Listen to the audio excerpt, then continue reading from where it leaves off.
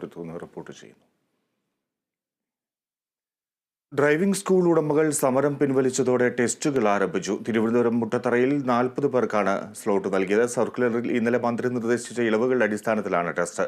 കോഴിക്കോടും ടെസ്റ്റിന് ഒരുക്കങ്ങൾ പൂർത്തിയായി. സമരത്തെ തുടർന്ന് 15 ദിവസമായി മുടങ്ങിക്കിടന്ന ഡ്രൈവിംഗ് ലൈസൻസിനായുള്ള ലേണേഴ്സ് ടെസ്റ്റും ഗ്രൗണ്ട് ടെസ്റ്റുമാണ് നടക്കുന്നത്.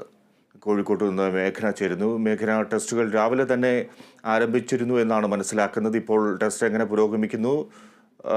അധികൃതരുടെ പ്രതികരണവും പരിശീലകരുടെയും മറ്റും പ്രതികരണം എങ്ങനെയാണ്?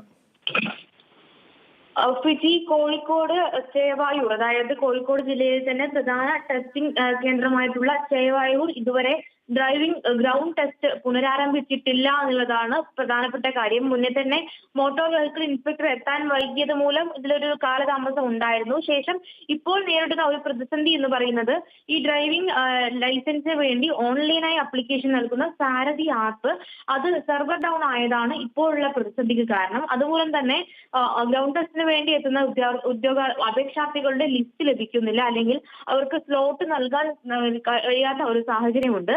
അതുകൊണ്ട് തന്നെ ഉച്ചയോടുകൂടി മാത്രമേ ഈ ടെസ്റ്റുകൾ പുനരാരംഭിക്കാൻ കഴിയൂ എന്നുള്ളതാണ് മോട്ടോർ വെഹിക്കിൾ ഇൻസ്പെക്ടർ ഇപ്പോൾ നൽകുന്ന വിവരം.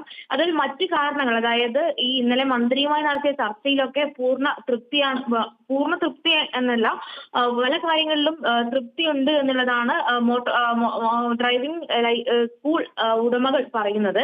ആ കാര്യങ്ങളിലൊന്നും അവർക്ക് വ്യക്തത കുറവില്ല. പക്ഷെ ഈ ഓൺലൈൻ ആപ്പിന്റെ ഒരു സെർവർ ഡൗൺ, ഒരു സാങ്കേതിക തകരാർ മൂലമാണ് ഇപ്പോൾ ഒരു പ്രതിസന്ധി ഉണ്ടായിരിക്കുന്നത്.